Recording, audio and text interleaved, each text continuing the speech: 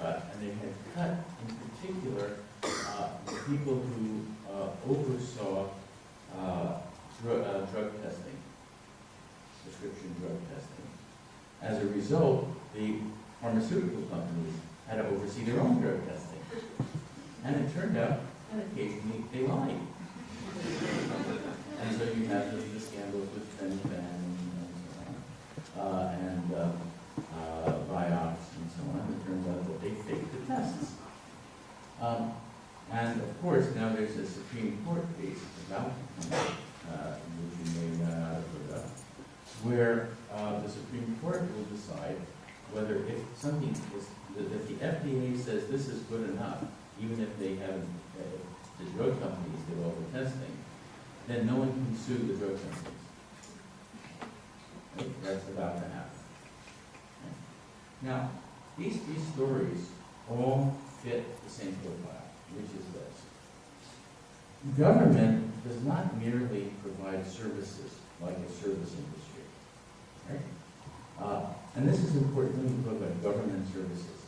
I mean, if it did, so there was a study of what it would mean to have a government provide services some years back in the state of Minnesota. They looked at the Minnesota motor pool. Minnesota motor pool was awful. They had to wait 3 weeks to get a car. The cars sometimes worked. They were usually filthy, had old coffee cups in them, right? And they found out that if they just hired hertz and agents, they saved money and had a perfectly reasonable, available parts. So they said, great, we're going to outsource. That's wonderful. Fine. That's privatization of a part of government. But notice that the motor pool did not have a moral mission. If you outsource the testing of drugs to the drug companies themselves, you're not getting rid of government. You're putting government in the hands of the companies. They will now govern your lives, but not with any accountability to the public, but only to their investors. That is, what you'll do is shift government to companies that will be only beholden to their investors, and therefore you're going to get cases where they rely on the best.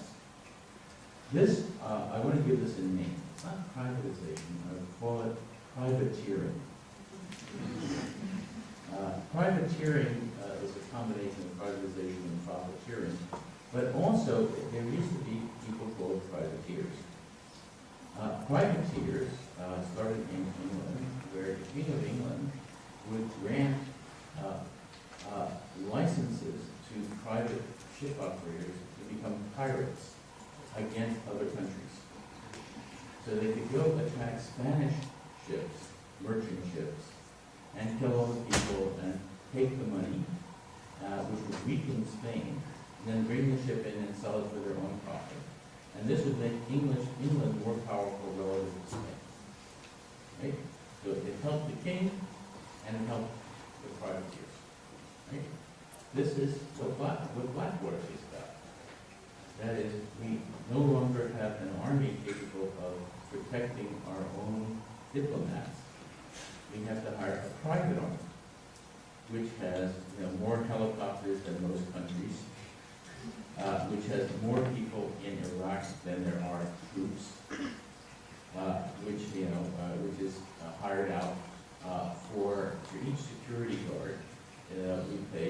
You and I pay $400,000 a year to Blackwater. The security guards themselves don't get that, but Blackwater does. And so on. Privateering. S-chip, that is, once you require 4 children to have to go through the ordinary HMOs, it turns out the HMOs make a profit on this. It's good for the HMOs, not necessarily for the 4 children, who often can't afford those. So what you have is privateering. That is what is going on right now in the Wall Street crisis, in part. We've got, so think about what part of what has been going on. You have cases where companies, that is financial corporations, made bad loans. That is, and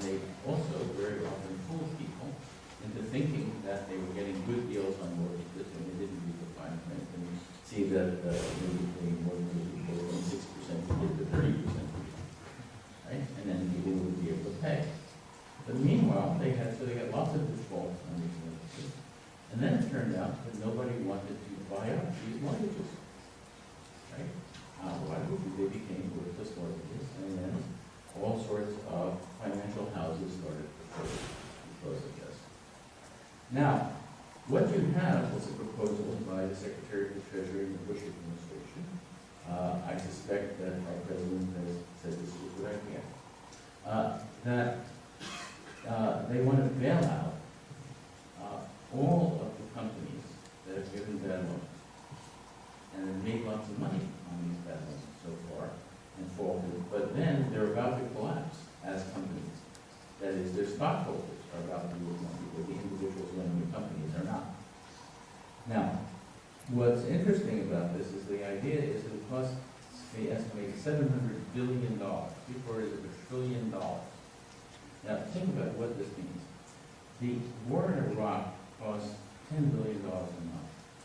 That is 70 months of the Iraq war is in that $700 billion. That's almost 8 years worth. Right? That's how big this is. It's not small. They want to put the spending of that money in the hands of the head of the Secretary of the Treasury with no oversight, with no judicial restraint, with nobody able to come after him later or anything like that. And who is this guy? This is a guy who himself has $500 billion of his personal worth and is from Wall Street. And the people he would be giving money to who have these defaults are people he knows from Wall Street. And he said, well, who would decide how much money should be given to who? He said, well, the people from Wall Street who know about this, right? Period. So that's the conservative position. That's the Republican position. Now, the Democratic position is somewhat different. But they all say, yes, we need to, this is a crisis, we need to bail people out. All the people in Congress can say this, but not all of them. There are some libertarian conservatives who are against this. A number of you, notice this goes against the idea of a free market. The real idea of the free market is, if you screw up your company, when you give bad loans, you should suffer the consequences. Right? This is something very different. It says the wealthy people are the people who have to be, they're the people who keep the economy running. They're the best people in this economy, and we have to keep upholding this with no oversight, because what does no oversight mean? Nobody above the strict law. Now, the Democrats who are coming back at this say a number of things. One, they say that maybe if all of, notice by the way, this would take about $2,000 to $5,000 per taxpayer, as you guys need to do this. And they say, well, look, if you're going to do this, maybe taxpayers should get something back. Like they should be able, if the company succeeds, to have equity in the company equal to what we gave the company. This is if we bought shares in the company, and then we should be able to get shares of those profits and own that much of the company. Right? That's the Democratic position. There's another part of the Democratic position that says, maybe this is the time to put in some regulation. Maybe we should re-regulate. That is, now what is regulation from a progressive point of view? From a conservative point of view, it's terrible. It's, having somebody over the strict market. But from a progressive point of view, regulation is protection. It's protection of ordinary people. Saying, hey, we need to protect people against fraud, against all kinds of things like this. And it's also part of the definition of a market. Markets, from a progressive point of view, are not just natural. They don't arise naturally. They are constructed by rules. The WTO, for example, has 900 pages of rules. Right? We don't just have a market like that. They're constructed by rules. So maybe we can have a rule that says that companies should be transparent and have to show their books. Now, even if they're privately owned, they should be able to have to be transparent or accountable to people. Maybe we should have a rule, saying that there's a list of things of these reasonable rules. Then there are other parts. that they say. They said, maybe we shouldn't just bail out Wall Street. Maybe the people who've lost their homes because they're taken in by this should be allowed to keep their homes. Maybe some of the money should be used to pay for those mortgages instead of just paying the people who would be making profit on it. Because when you think about what is happening is if you issue these mortgages that people can't pay, then they're worthless to you. Nobody can pay them. Nobody wants to buy these mortgages and so on. You know? But if you get bailed out, then it would be as if people could afford to pay the mortgages, and the mortgage companies, the banks, would make the money. This is maybe the reverse should be true. Maybe the people living in the houses should get money as if they had a reasonable mortgage instead of a crazy mortgage. So that's another part of this. We get to see the logic. Then they say maybe CEOs of companies who make huge salaries, like for example the chairman of the board, the CEO of Lehman Brothers, which dissolved recently, was making $45 million a year, which he was keeping. The company fell apart, but the investors lost their money, but he kept the $45 million a year for 15 years. Maybe he said these guys shouldn't make that much money. Maybe if they screwed up their company, they should be limited. Say to something small, like $2 million a year. I'm serious, that's a proposal. And so on. You get the idea that, okay, we'll bail you out, but now notice there are other views. That is what you have in Congress. Those are the views seriously taken up in Congress. But there are other views that go beyond what's taken up in Congress by people who are more progressive than the people in Congress. So David Sirota has a very interesting article yesterday where he correctly points out that one of the reasons that so many people defaulted on their mortgages was that they weren't making enough money for their mortgages. And that we have a low-wage trap in this country where companies tend to drive down the cost of labor to make it as cheap as possible, to make as much money as possible. And that wage rates haven't gone up. Wages have gone down as profits have gone up. You see, there's something wrong with that. That is, if you work for a living, you should be able to make a living. And if your company profits, you should profit with it. So he says, actually, it's not that the mortgage industry is here and that wages for companies are over there. They're part of one system. And that we should have wage reform as well to be part of the system so people can afford to buy houses. Okay. This is very interesting. What it says is if you have a strict view of the world and of politics, you're going to have a very, very different view of this financial situation than if you have a Western view of the world and of politics. You'll have totally different views of what they are, and those are going to be played out over the next few days.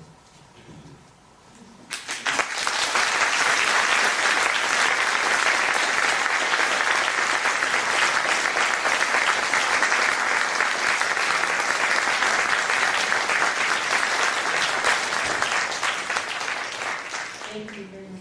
We're going to take questions, so we'll just go around. Nick and I will go around, and if you have a question, raise your hand, and we'll come find you.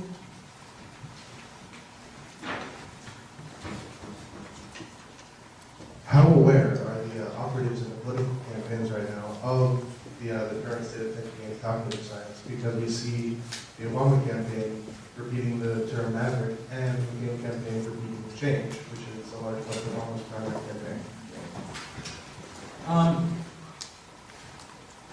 Not very. Some of them have read certain books, some of them have not. For example, I know that the speechwriters, the main speechwriters in the Obama campaign have read my books, but other people haven't. I know that in the other campaigns, they have thoroughly studied the market, and they know exactly all these things. Because remember that marketers use current cognitive science. That if you go and take marketing courses, you'll learn all this stuff. So it's not not at all surprising that those who come from a marketing background are going to be using all of this stuff. They don't have to be aware of the cognitive science directly to get it indirectly. Other questions? Good question, maybe a funny one. Yeah. Why is it that those who have a strict parent view of politics, conservatives, are so embracing of Sarah Palin, a strict mother? Well, first of all, if you actually look at the way this works, she is going to be vice president, not president. If you look at the pictures, they're always together as if they were a couple, the ideal Chicago family. The older war hero, the younger perfect mother, right? She is coming on with her credentials as a mother that's qualifying her to be vice president. If you look at the use of pronouns, she uses we, not referring to you and me, but me and John. When McCain uses I. So you get exactly the pronoun use you would expect. So she is the supportive strict mother, who can be strict herself, who is strong and can supposedly be able to take over if necessary. But she's there to be supportive. The work on it. Yeah, the work, exactly. You got it. All right. Yes. Over here. I had a question concerning the elite being the ones that were best suited to run the companies that employ America. And how does that drive the conservative ideal of thought of bailing them out?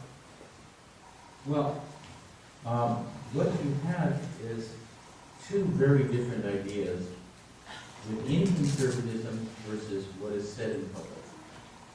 If you look at the liberal elite, they don't say that the liberals are best able to run the government. They are elitists. That is, they're people who don't really know what they're doing. They're spending their money, they're wasting it, etc. But they look down on you and are snobs. Okay? Now, they also, at the same time, have a notion of authorities who deserve to be in charge. And that is a form of a natural elite. They don't use the word for that. But they say that these are the people who best know how to run the economy. Okay?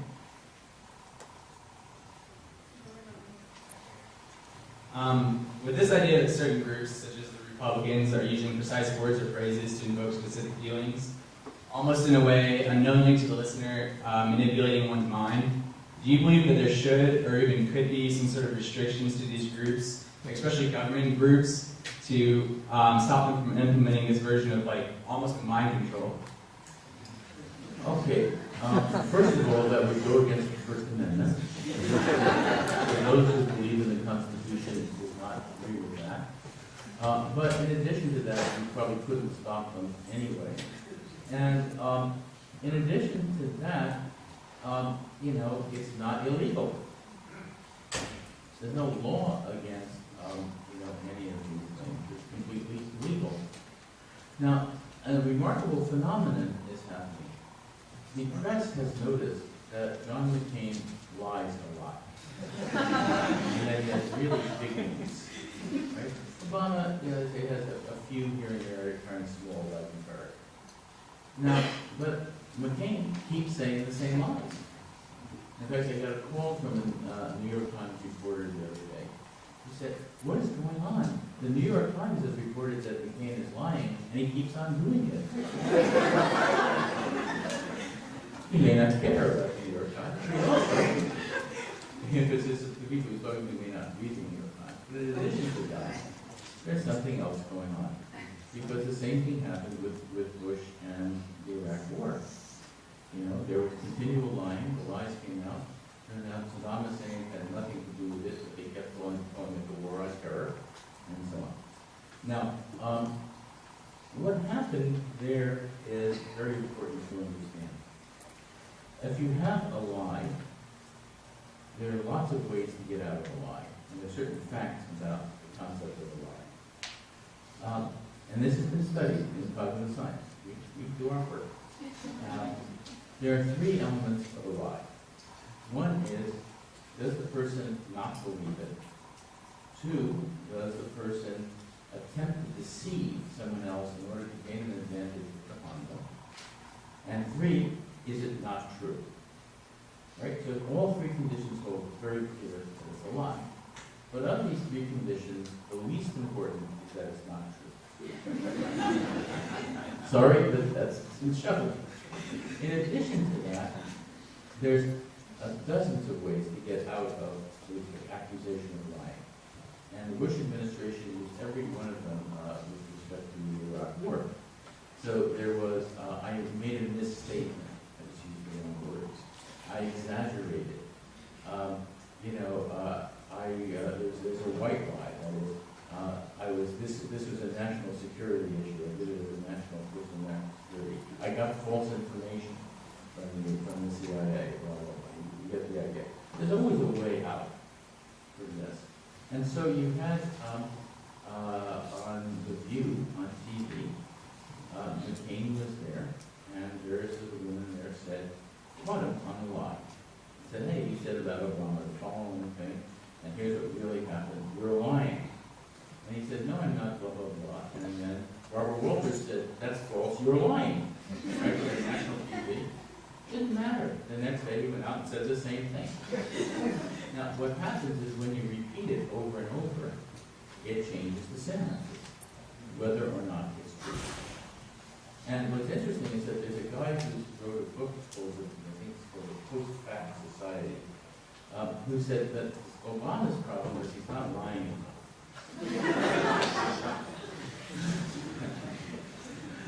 But, I mean, that is another way to take this. But, this is a fact about the way brains work. And, by the way, all of this stuff that we've talked about tonight is straight cognitive science. That's why it's important for you guys to have a department. Because, basically, people who are trained in political science usually are not trained in any of this. Yes, yeah. I was curious if you could explain the market buyout in terms of the market in the long term. In terms of Chicago? Yeah. In terms of saving? The market father frame? Yeah. What's interesting here is that the idea is that a mistake has been made, and you need the government to uphold the authority of the Chicago market by giving money to make over the mistake. Okay?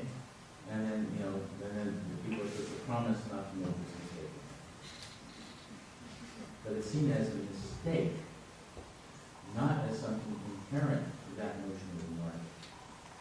Whereas the progressive view says it has to do with having a view of the market where you shouldn't have regulation, you deregulate and privatize, and you have privateering. That is the problem. The other guy's saying, no, we should have this completely free market. We can't give up on that. That is, we have to have nobody having authority over